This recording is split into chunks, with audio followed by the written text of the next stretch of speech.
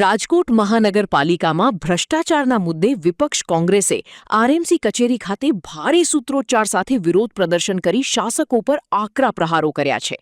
જંગલેશ્વર ડિમોલિશનમાં થયેલી ગેરરીતિઓ સામે એસઆઈટીની રચનાને કોંગ્રેસે માત્ર નાટક ગણાવી ભ્રષ્ટાચારીઓને છાવરવાનો આરોપ લગાવ્યો છે.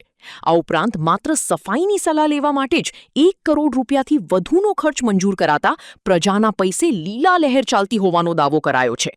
કોંગ્રેસ પ્રમુખે મ્યુનિસિપલ કમિશનરને સ્પષ્ટ ચીમકી આપતા જણાવ્યું કે પ્રજાના ટેક્સના નાણાં કોઈ પણ ભોગી ઓળી જવા દેવામાં આવશે નહીં. વિપક્ષે આગામી જનરલ બોર્ડમાં પ્રજાનો અવાજ બની આ તમામ મુદ્દાઓ પર શાસક પક્ષને ઘેરવાની મજબૂત રણનીતિ બનાવી છે. કચેરી પરિસરમાં કોંગ્રેસના વિરોધને પગલે વાતાવરણ ગરમાયું હતું અને પોલીસે સુરક્ષા બંદોબસ્ત સઘન બનાવ્યો હતો. કરોડો રૂપિયાનો પ્રજાને સાબિતી છે, ઓન રેકોર્ડ છે. બધા પક્ષના ભાજપના લોકો પોતે બોલે છે, અધિકારીઓ પદાધિકારીઓ પણ બોલે છે. રાજકોટના મેયર, રાજકોટના સ્ટેન્ડિંગ કમિટીના ચેરમેન પોતાના મકાન જો ગેરકાયદેસર રીતે બાંધકામ કરતા હોય તો પછી આમ પ્રજાને તો કશું કહેવાનું રહેતું નથી. બીજું એસઆઈટીની રચના કરવાની વાત હજી આજે 50 દિવસ ઉપર થયા, પરંતુ એસઆઈટીની રચનામાં કમિશનરની વિરુદ્ધ ક્યારે ડેપ્યુટી કમિશનર એક્શન લઈ શકે નહીં.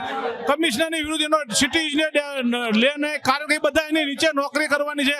પોતે પોતાના માલિક વિરુદ્ધ કોઈ બોલી શકે નહીં. એટલે આવી જે રચના કરી છે એ રચના જ પહેલા ખોટી કરી હતી અને રચનાનો રિપોર્ટ જૂની આવવાનો એ પણ અમને ખબર છે. રાજકોટની અને ગુજરાતની પ્રજાને આંખમાં ધૂળ નાખવાનું કામ કરી રહ્યા છે. અમે ભ્રષ્ટાચાર ભાજપ કરી રહ્યા છે. કરોડો રૂપિયાના બધા ફેકલ્ટીમાં, બધી ફેક્ટરીમાં, બધા વિભાગોમાં ભ્રષ્ટાચારની વિરુદ્ધ કાર્યક્રમ કરી રહ્યા છે. પ્રજાના હિત માટે હંમેશા લડશું અને લડતા આવશું, કારણ કે આજે પ્રજાનો હક છે.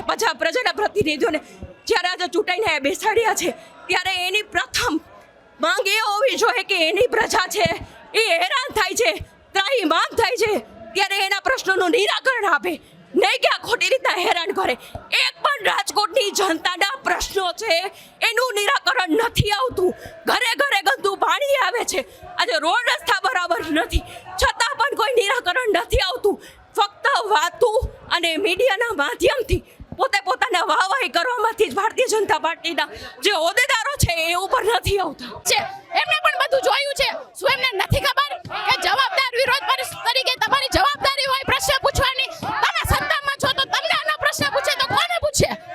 પણ પોલીસના ઈશારે, પોલીસને આગળ કરીને ભાજપ સરકાર બધે દાદાગીરી કરી રહી છે અને કહેવાય કે કુશાસન કરી રહી છે. કુશાસન પાલિકાની અંદર કોંગ્રેસ આજે લોકોના જનતાના ટેક્સના જે પૈસા વેડફવામાં ભ્રષ્ટાચાર કર્યો એને લઈને રજૂઆત કરવા માટે આવ્યા હતા. ધરણા ઉપર બેસવું પડ્યું મારે જનરલ બોર્ડની અંદર જઈને લોકોના પૈસાનો હિસાબ લેવા માટે આવ્યા હતા. પરંતુ ભારતીય જનતા પાર્ટીના 30 વર્ષના શાસનની અંદર જ્યારે ભાજપ બીવે છે ત્યારે પોલીસને આગળ કરી અને આ જ રીતે બળ પ્રયોગ કરીને લોકોની ધરપકડ કરાવે છે.